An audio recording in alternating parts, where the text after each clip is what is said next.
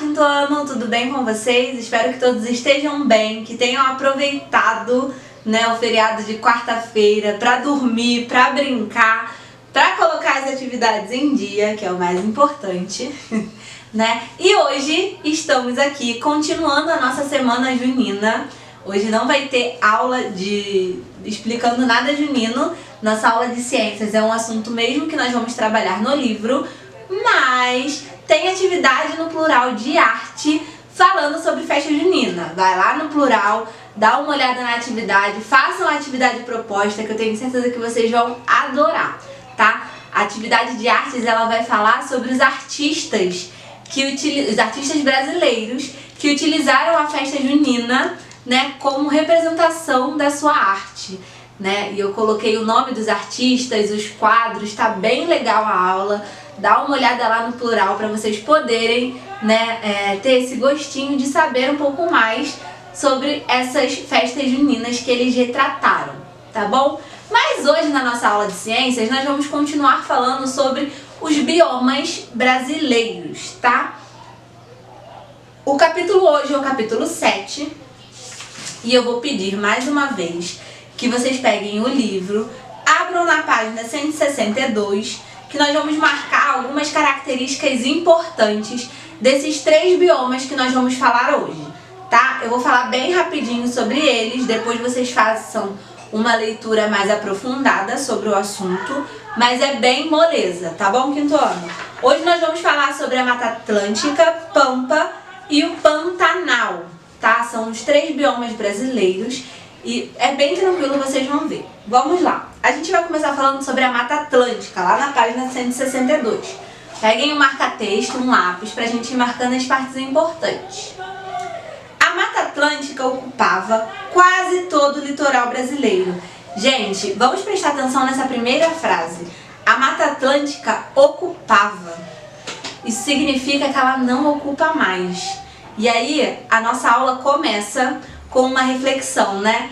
Por que não ocupa mais? O que nós, homens, seres humanos, fizemos que a Mata Atlântica não está mais ocupando essa parte tão importante que era ocupada antes, né?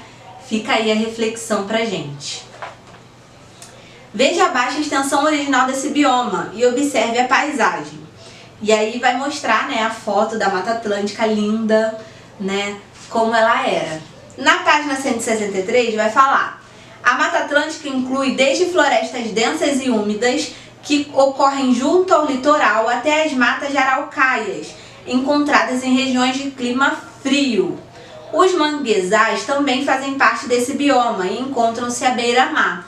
Sublinhem toda essa partezinha que ela é importante, né? Falando sobre a vegetação que a gente encontra na Mata Atlântica. E aí essa página é bem interativa do livro e ela vai mostrando as imagens, né,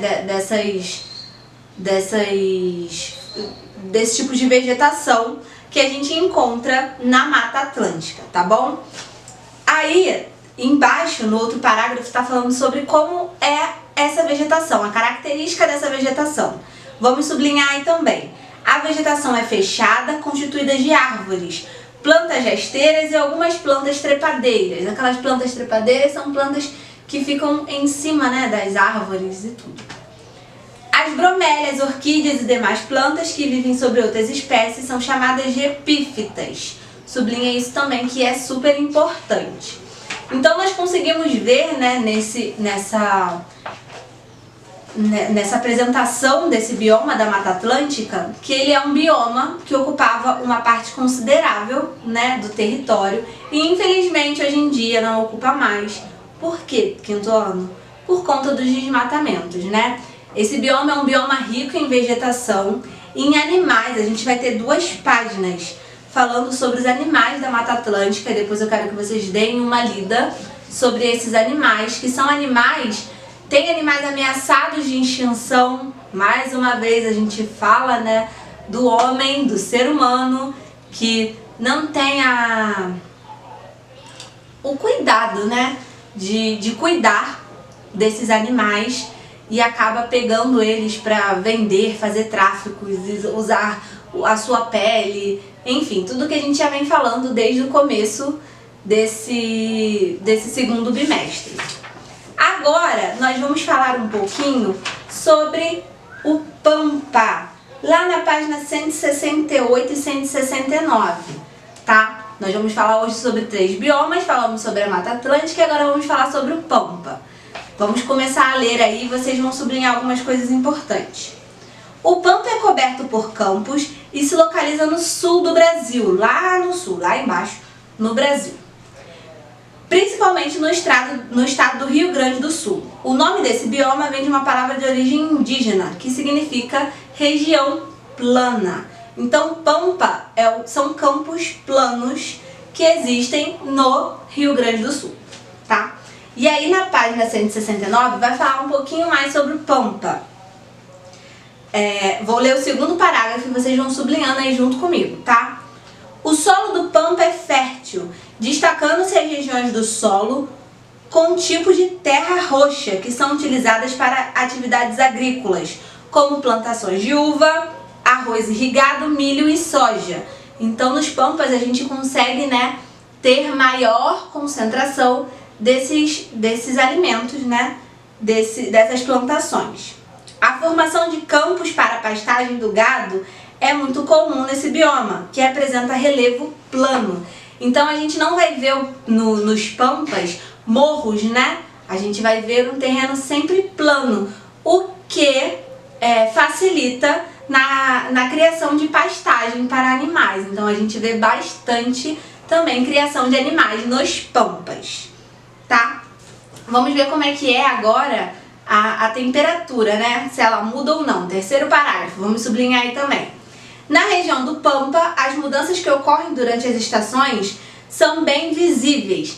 Vocês já ouviram falar que o único lugar que tem geada, que neva aqui no Brasil é no sul, que é a região fria?